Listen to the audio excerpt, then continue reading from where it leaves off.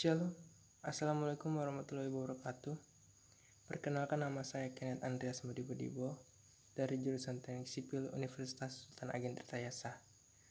Pada kesempatan ini saya akan menjelaskan sedikit tentang praktikum ilmu bahan kami, yaitu bab pertama, berat jenis agregat kasar dengan SNI 1969 sampai 2008. Apa itu agregat kasar? Agregat kasar atau cross agregat bisa juga disebut kerikil sebagai hasil desintegrasi alami dari batuan atau berupa batu pecah yang diperoleh dari industri pemecah batu dengan butirannya berukuran antara 4,76 mm sampai dengan 150 mm. Ketentuan agregat kasar antara lain: agregat kasar harus terdiri dari butiran yang keras dan tidak berpori. Agregat kasar yang butirannya pipih hanya dapat dipakai jika jumlah butiran pipihnya tidak melampaui 20% berat agregat seluruhnya. Nah, peran agregat terhadap beton itu: pertama, menghambat penggunaan semen Portland. Kedua, menghasilkan kekuatan besar pada beton.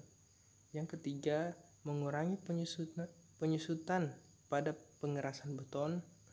Yang keempat, dengan gradasi agregat yang baik dapat mencapai beton yang padat. Berikut adalah peralatan praktikum yang kami gunakan, yaitu pertama, benda uji agregat kasar, timbangan, cawan, kain pengering, air suling dengan wadah, drying oven, saringan nomor 4 dan 1,5 inci, dan juga terakhir keranjang timbangan. Berikut prosedur praktikum. Pertama, agregat kasar direndam di dalam air pada temperatur kamar selama 24 hingga 4 jam setelah itu.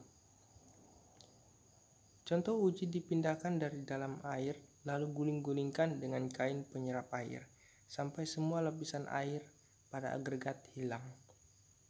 Yang ketiga, benda uji yang sudah dalam keadaan jenuh kering permukaan atau SSD ditimbang dan ditempatkan dalam wadah. Berikut, bak air pada timbangan SSD diisi hingga keranjang kawat yang tergantung di dalamnya terendam seluruhnya sampai tinggi air semula. Keranjang ditimbang menggunakan timbangan SSD untuk mendapat data W1-nya. Benda uji dimasukkan dalam keranjang kawat lalu timbang lagi untuk mendapat data W2-nya.